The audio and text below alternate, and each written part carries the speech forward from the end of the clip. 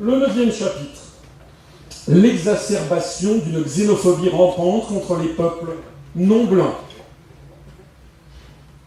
J'insiste, il y a quelqu'un une fois sur la page de Facebook qui trouve que ce que je dis est bien, mais qui dit que je fais un numéro quand je parle d'apartheid comme si c'était une posture artificielle. Non, ça n'est pas une posture artificielle. La construction européenne est conception anglo-saxonne, et les anglo-saxons, si j'ose dire, ont l'apartheid dans la peau. C'est comme ça. Le génie du peuple français, c'est le métissage. C'est ce que reprochait Hitler, d'ailleurs, aux Français. C'est que ça remonte, vous savez, au baptême de Clovis en 496, lorsque le clergé a imposé aux Francs de se marier avec des gallo-romaines, ou bien à des Francs que de se marier avec des gallo-romains, c'est-à-dire interdire les mariages claniques. C'est ça qui a donné naissance au peuple français. Ce qui fait que le peuple français est un peuple où, justement, puis alors après il y a toute notre histoire, puis il y a le brassage de républicains qui a fait que les Français, eh bien, excusez-moi ce propos un petit peu leste, mais en France, ben, les gens, tout le monde couche avec tout le monde, quoi. Mais ça n'est pas du tout comme ça dans les pays anglo-saxons. Hein. Les pays anglo-saxons, ce sont des pays de caste, d'aristocratie. Ce sont des pays de communauté. C'est tout à fait différent de l'idéal républicain. Eh bien, c'est ça que nous sommes en train de voir arriver avec l'Union européenne. L'agitation, par exemple, de l'épouvantail du péril chinois et indien. Revoici M. Michel Rocard qui a dit toujours dans cette interview à BFM TV du 13 septembre, au vu de l'affaiblissement des États-Unis, nous devons avoir une Europe puissante afin d'amorcer la grande conversation qui s'annonce avec la Chine et l'Inde dans les 15 à 20 ans qui viennent.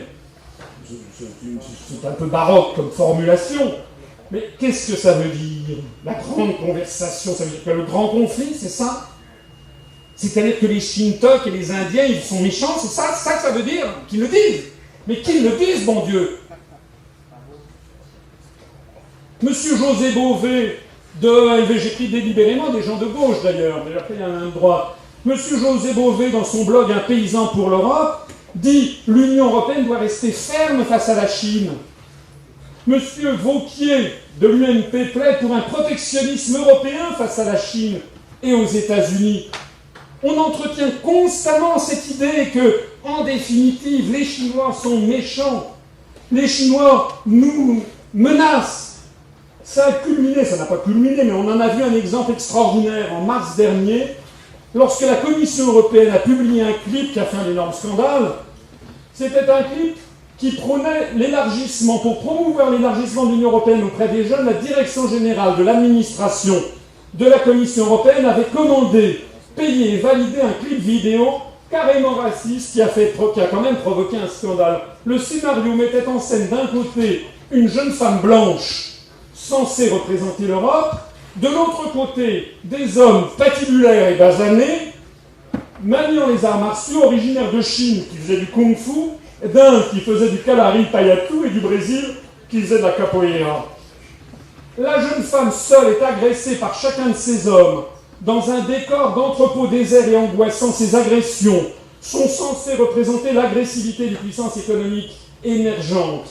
Elles sont le symbole du péril jaune, du péril indien, du péril brésilien et par amalgame de la peur des Noirs, le brésilien, et des Arabes, l'Indien enturbané. Mais finalement, tout finit très bien, car la jeune femme blanche ferme les yeux, se multiplie par 12 pour former un cercle autour des combattants, tout à coup doux comme des agneaux. Ce cercle de femmes vues d'en haut se transforme à son tour en drapeau étoilé de l'Union européenne et se conclut par un slogan en anglais affirmant « Plus nous serons nombreux, plus nous serons forts ». Le voilà, ce clip. Regardez-le. Malheureusement, j'ai pas le son. Ah, si.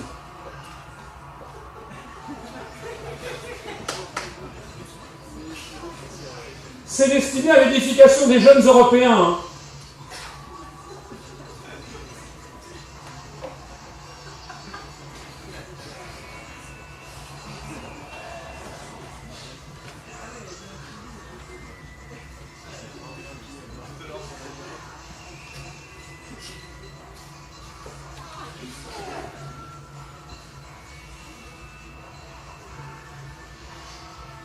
Oh, il a l'air sympathique.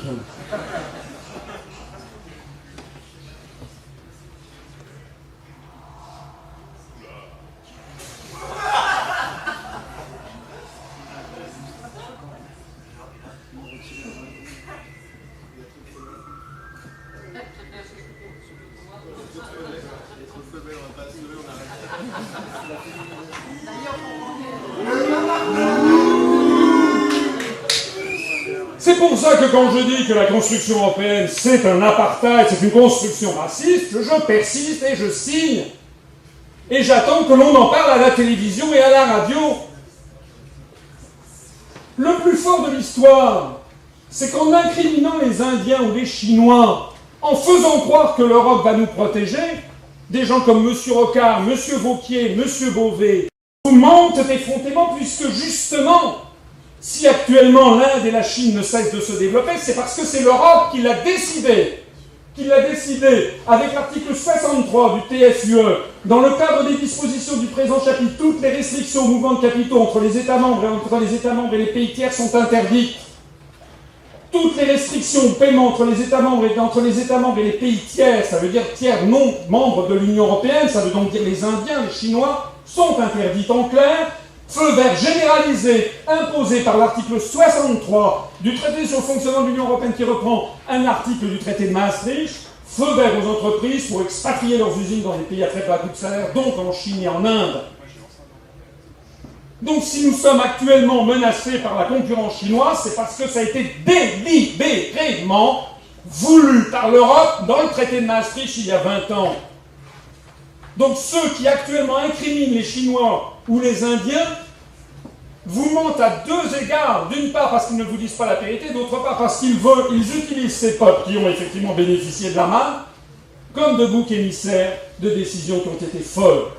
Et l'article 32, lui, précise la nécessité de promouvoir les échanges commerciaux entre les États membres et les pays tiers, la nécessité d'accroître la force compétitive des entreprises, l'extension de consommation dans l'Union, donc un feu vert aux entreprises pour importer les productions faites dans des pays à très bas coût de salaire.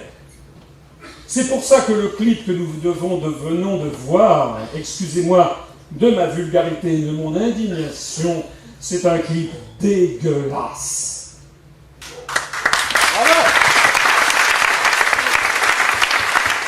Moi, je veux changer l'Europe. Changer cette Europe. Changer cette Europe. Changer cette Europe-là. Faut qu'on change l'Europe. Excusez-moi, elle est toute mouillée, il faut que je la change. Non mais il faut la changer. Changer l'Europe pour qu'elle soit meilleure. Voter socialiste, c'est changer l'Europe maintenant.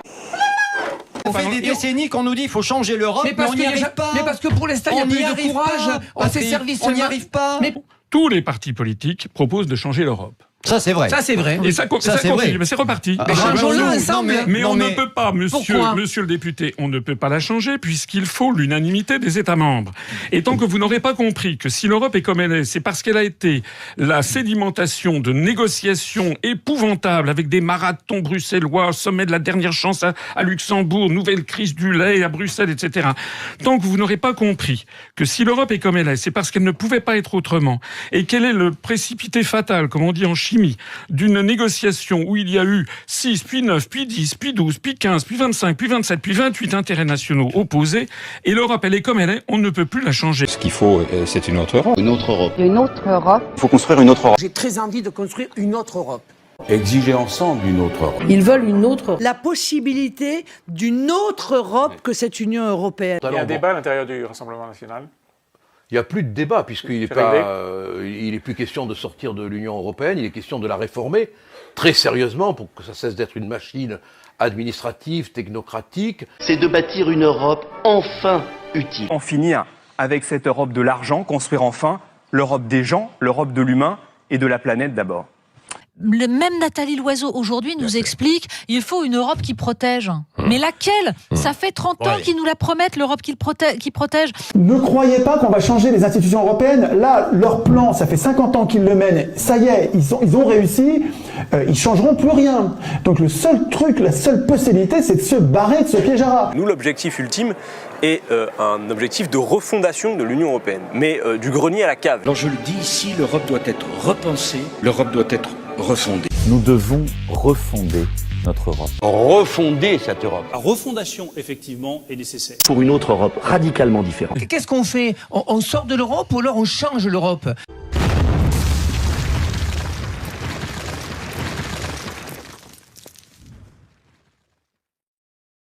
Il est très facile pour un certain nombre de mouvements politiques de nature populiste de dériver et de dire, vous voyez, cette Europe, elle est décidément trop hermétique. En réalité, elle nous cache des choses. Ça, ce sont les théories du complot. Et en ce qui concerne le Royaume-Uni, il y a un grand malentendu. C'est-à-dire que les partisans du Brexit, beaucoup d'Anglais et de Britanniques, se sont imaginés que l'Europe était le symbole du libéralisme absolu. C'est-à-dire des souffrances dues à la mondialisation, que l'on peut endurer. Et paradoxalement, ce que l'on voit aujourd'hui, c'est que ces gens qui ont voté, y compris des milieux défavorisés d'Angleterre du Nord-Est, eh bien, vont se soumettre à des lois encore plus sauvages, qui sont les lois du marché, de l'ultralibéralisme, comme il règne un peu partout, et qui sont beaucoup plus difficiles à maîtriser que lorsqu'on est dans un ensemble comme l'Europe, où évidemment tout n'est pas parfait, loin de là, mais il y a des garde-fous.